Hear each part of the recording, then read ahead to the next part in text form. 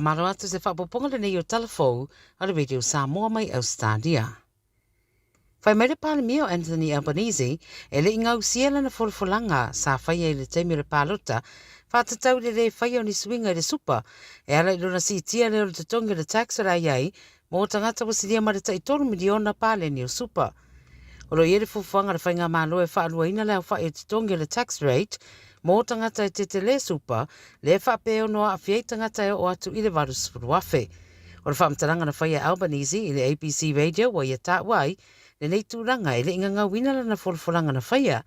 Ta ua le taitai le tua ngai Peter Dutton, o le ale nofo ai ma waa ai atu i le tele o tangata Ausetalia, o oso whaia i nei whainga whapea. Sau noai le lātou so upu i mta uptau tupe, o le whainga o wholawhola mai le malo, o so lia e le talitonunga o tangata ia i lātou, ma a whaia e le talitonuina le leipa, i le mta upu le nei le supa, po le a whape whela o na talitonuina i isi fo i la fonga.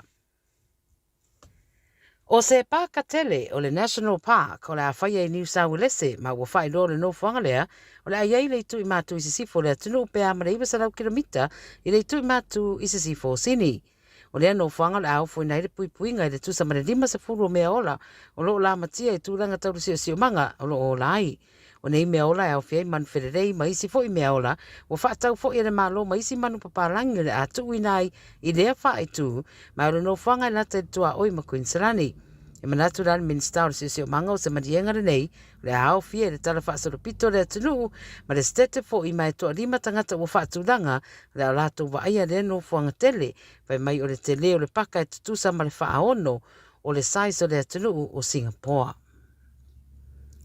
Wa whaero nei te tauranga whaatau au pito tele i tutonu o Ausetalia wa toe whaapopo fo ilo na tele i le wato e te tara leisi vaenga fau e fitu sa furu miliona lo tau e au whiei tūranga tau whaafiafianga ma tau mawhatanga.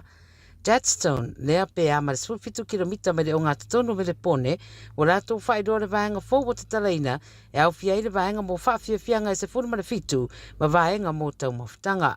O lo o au fi ai fo i ma se arcade o se no fuanga mo ta alonga strike bowling o le holy moly mini golf ma le social quarter ma te tala alo ia i le tau le tasi le so o le Jadstone Shopping Centre o le isi lea no fuanga tele tau whaataunga i le Southern Hemisphere e au fi ai fale uloa e di ma se lau. E tō lua tangata Pomare riu o se rimas ta mai tai ono se whalawlawe tau ta vale feto ai ta vale lua i runga le Lincoln Highway Australia i saute.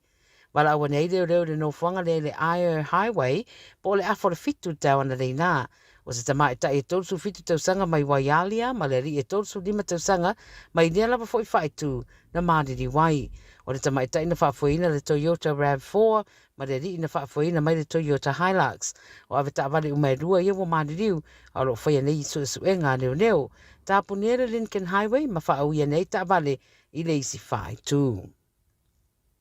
Ma le tana muni, tau popole se tasita mani usawa lese, ina ua fiu le pole songa fuara vasa nei tau suela na pepa manumano o le loto e tasi le miliona le whainonga. O le ripote le 7 News wa ta waina tuturu le reire tamadea mai dapo i lunga le telefoni le ofisa o le loto, ina ua fiu e suela na pepa. E toa wha i dātou na whaamniaina le whainonga mo le loto i le songa fuara e au fiei mastamai peo na ta ua. Na ia whaamatala i sui o le tālonga na whiu e sua le pepa malo, ai whaafetaina toe maua rawa ina wā ngai umanero na ainga, e sa iri, ma toe maua i rawa i te tono na ato. Tuturu ta mama whaiane whainga tau na ia tatunuina le nei tūlanga, ona o le ama whai nei o na alwe avesi ana whanau masi ona to olua, e whaata whawhao, ia mawhai fo inisi o whaataunga matūranga uma sa le mawhai o na whaia, a o le man maloina le nei vai ngā tupetele. O tala ia le video sa momai Ausetalia, mo le nei fo i a solulu, toi whairo e fo i a tai au i se whapoponga,